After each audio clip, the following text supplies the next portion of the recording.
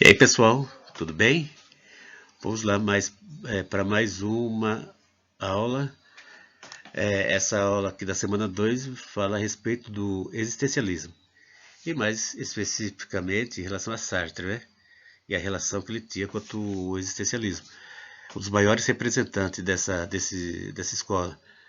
Em primeiro lugar, turma, é claro, a gente vai gravando certos vídeos assim, como é o caso desse, e sem dúvida nenhuma há um certo, vou falar assim, estranhamento. Porque quando você está numa sala de aula, ou está vendo vocês vão estar me vendo, quando até mesmo numa reunião online, principalmente pelo Meet, tem isso também. Há daquela participação, daquele envolvimento. Então torna algo assim até mais interessante. Mas tudo bem, vamos chegar lá. Quando é dessa forma, não, você está falando com o computador, não está vendo ninguém te olhando, nem você está olhando para ninguém. Fica como diz, um trem meio estranho. Mas tudo bem, isso aí nós vamos tentar nos aperfeiçoar e melhorando, é claro, a cada semana as aulas, tentando pelo menos, né? Mas tudo bem, como falei, em relação à aula dessa semana e a questão de Sartre e o existencialismo, beleza? Saiu. Vamos lá. É, há algo interessante quanto a esse movimento, a esse tipo de escola de pensamento, né? Uma das questões que eles não são favoráveis é de adjetivar o ser humano, de adjetivar as pessoas. O exemplo, falar assim, o homem é admirável, ou o homem é desprezível. Porque, segundo esses pensadores, não existe uma humanidade realizada. Assim, não há por que odiar a humanidade, nem por que idolatrá-la. O homem não está feito e jamais estará. Entende? Por isso que, inclusive, Sartre fala: o homem está constantemente fora de si mesmo. Então, é uma escola que o objetivo dela é estudar, é claro, a existência humana. E, por outro lado, eles defendem essa questão que o homem não está formado ainda, o homem ainda nunca estará. Entendeu? É um dos pontos, vamos falar assim, chaves do pensamento existencialista. Por outro lado, vamos continuando a aula aqui, é o seguinte: quem foi Jean-Paul Sartre? Em primeiro lugar, ele foi, entre outras coisas, filósofo, escritor, crítico e também teatrólogo, né? E um dos principais expoentes, um dos principais representantes do existencialismo. Por outro lado, uma das questões, é claro, bem abordada pelo filósofo, é a questão do ser humano, o que vem a ser humano, tá certo? Uma das máximas desse filósofo foi a existência precede a essência. Essa questão da essência, da existência precede a essência, Sartre partia do seguinte princípio, de que quando considerava a existência precede a essência. Em outras palavras, primeiro o homem existe no mundo e só depois ele se define e constitui sua essência por meio de suas ações e pelo que ele faz na vida, né? Então, na realidade, é claro, nós existimos primeiro. Depois da nossa existência, depois que estamos aqui no mundo, sim, a partir das nossas ações, aí que vai ser constituída ou vai ser construída a nossa essência.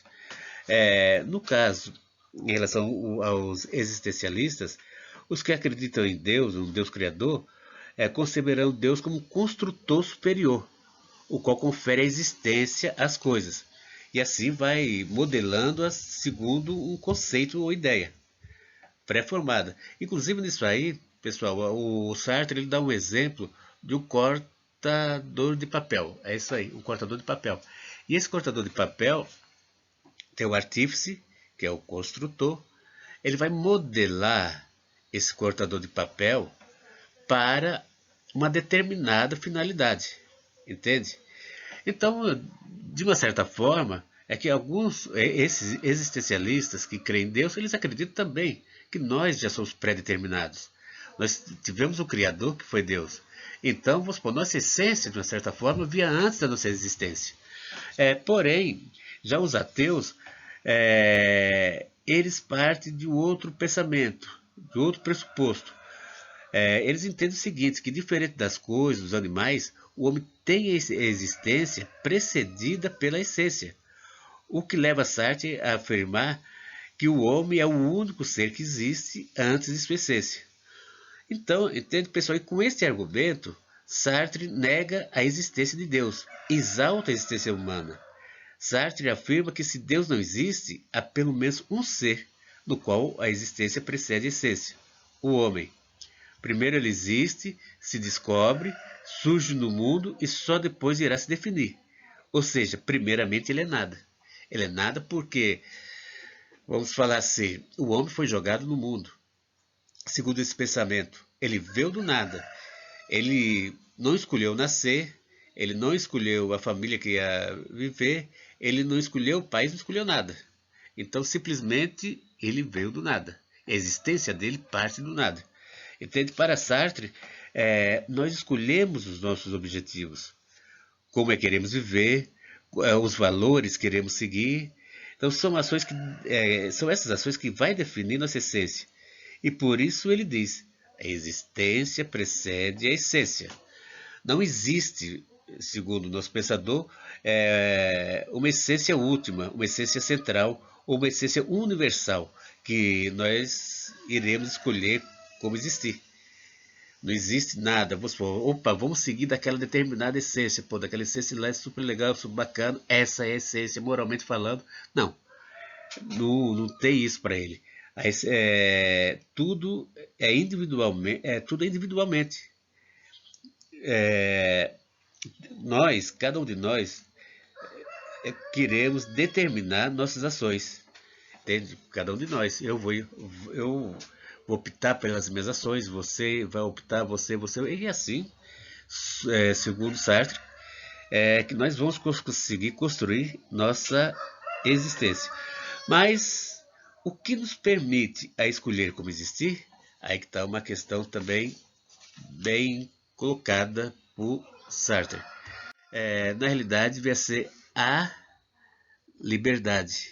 Isso que vai fazer com que nós escolhemos. E a questão da liberdade é muito falada, principalmente no livro de Sartre, O Ser e o Nada.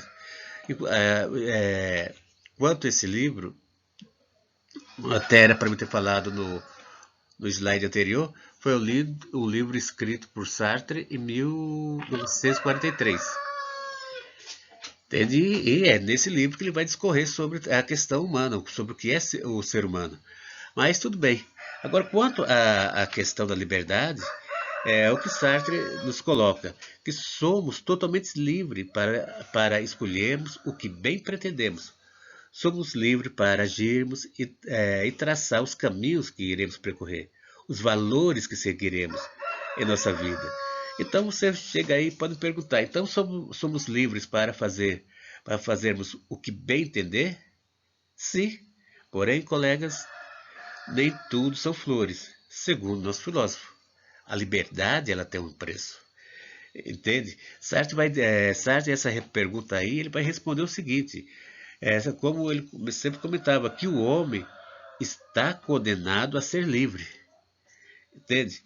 Condenado porque não criou a si próprio, porém livre, porque uma vez lançado ao mundo, é responsável. Aí entra a questão da responsabilidade.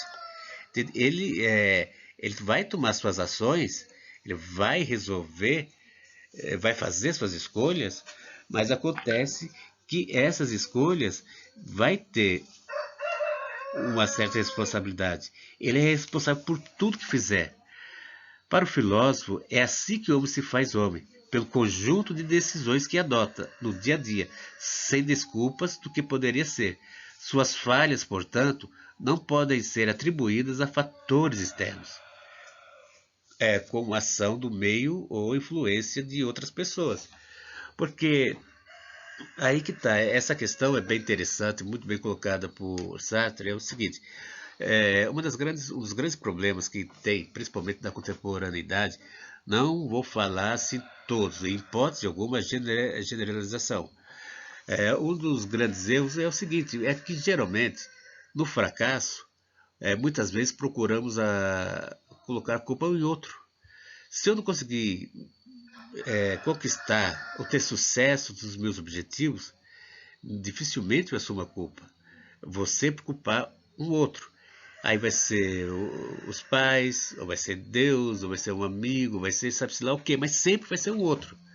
Ou é daquele aluno lá que pega, não estuda, é reprovado, que é a culpa, o professor. Quem foi culpado? Ah, foi o Adalto. Beleza? Então, de uma certa forma, é assim. Então, é nessa questão que Sartre pega e ele vai contra. Ele não concorda. Porque, para ele, somos livres para que a gente possa fazer nossas escolhas. Fazemos todas as escolhas, segundo ele. Então, a partir do momento que tivemos a liberdade de escolher, então, a partir do momento somos responsáveis, sim, por aquilo que optamos. Tá certo? Agora, e mais, ao optar por uma escolha, aí tem esse detalhe. Aí é outra questão interessante. Ela elimina todas as outras possibilidades. Todas as outras escolhas, todas as outras possibilidades que você tinha são eliminadas pela escolha que você fez. Alguém pode contestar e falar o seguinte: ah, eu fiz essa escolha devido à pressão da sociedade. Caso fizesse outra escolha, a sociedade, melhor, seria contestado pela minha família, seria contestado pelos meus colegas, e assim vai, né? No entanto, Sartre vai olhar para você e dizer que, independente de existir ou não pressão social, a decisão é exclusivamente sua, colega. Entende? Não tem como você escapar à responsabilidade dos seus atos. Entende? Não vivemos isoladamente, vivemos em um contexto social. E é aí que Sartre vai ir de encontro com o pensamento comum em nossa sociedade, ou seja, culpar os outros pelos erros, sendo isso que ele chama de o inferno são os outros. Entende? É essa questão que geralmente, como nós muitas vezes falhamos, muitas vezes não aceitamos nossas falhas, muitas vezes jogando a culpa nos outros. Porém, devemos também pensar nessa questão. Vivemos em sociedade, não vivemos só.